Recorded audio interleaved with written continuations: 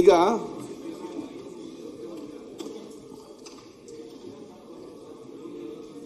ಪ್ರಶ್ನೋತ್ತರ ಜಿ.ಟಿ. ದೇವೇಗೌಡರು ಮೀಟಿಂಗ್ ಅಲ್ಲಿ ತಮ್ಗೆ ಹೇಳಿದ್ರಿ ಮಂತ್ರಿಗಳು ಯಾರು ಸರಿಯಾಗಿ ಬರ್ತಾ ಇಲ್ಲ ಅಂತ ಕಂಪ್ಲೇಂಟ್ ಅನ್ನ ನಾವು ಹೇಳಿದ್ರಿ. ತಾವೇನ್ ಹೇಳಿದ್ರಿ? ನಾನು ಮುಖ್ಯಮಂತ್ರಿಗೆ ಹೇಳಿದ್ದೀನಿ, ಮತ್ತೆ ಪ್ರತಿದಿನ ನಾನು ಯಾರು ಇಲ್ಲಿ ಪ್ರೆಸೆಂಟ್ ಇರಬೇಕು ಲಿಸ್ಟ್ ಓದುತ್ತೀನಿ ಅನ್ನೋದು ತಾವು ಹೇಳಿದ್ದೀರಾ. ದಯವಿಟ್ಟು ಲಿಸ್ಟ್ ಓದ್ಬಿಡಿ. ಬರ್ದಿದ್ದವ್ರಿಗೆ ಒಂದು ಅಚ್ಚಿಮಾರಿ ಹಾಕಿ ಮನೆಗೆ ಕಳಿಸಿ. ನಾವು ಇದ್ರೆ ಇದೆ ಅಂತೀರಿ, ಇಲ್ಲ ಅಂದ್ರೆ ಇಲ್ಲ ಅಂತೀರಿ. ನಮ್ಗೆ ಅವರೇ ಬಿರಿ ಕೂಗ್ತಾ ಇದ್ರು, ನಾವು ಕೂಗ್ತೀರಿ. ಹೇಳಿ.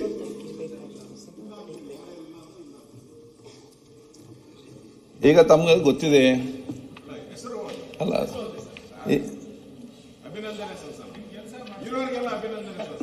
ಪ್ರತಿಭಟನೆ ನಡೀತದೆ, ಬರ್ತಾರೆ. ಇವತ್ತು ಯಾಕೆ ಲೇಟ್ ಆಗಿದೆ ಅಂತ ಹೇಳಿ ತಮ್ಗೆಲ್ಲ ಕೂಡ ಗೊತ್ತಿದೆ ವಿಚಾರ.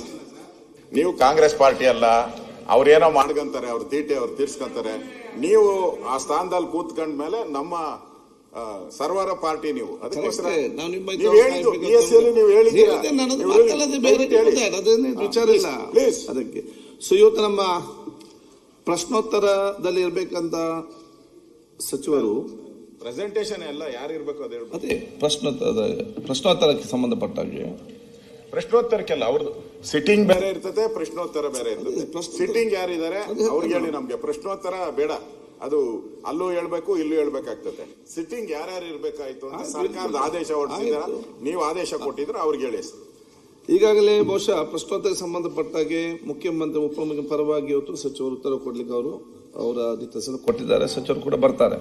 ಈಗ ನಮ್ಮ ಸದನದಲ್ಲಿ ಈಗ ನಾವು ಮೊನ್ನೆ BSc ಮೀಟಿಂಗ್ ಅಲ್ಲಿ ಕೂಡ ಸ್ಪಷ್ಟವಾಗಿ ಸರ್ಕಾರಕ್ಕೆ ಹೇಳಿದ್ದೇವೆ.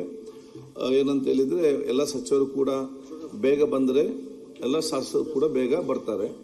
ಸಚಿವರು ಕಚೇರಿಯಲ್ಲಿ ಮೀಟಿಂಗ್ ಇಟ್ಕೊಂಡ್ರೆ ಸಚಿವರು ಹುಡ್ಕೊಂಡು ಶಾಸಕರು ಕೂಡ ಹೋಗ್ತಾರೆ.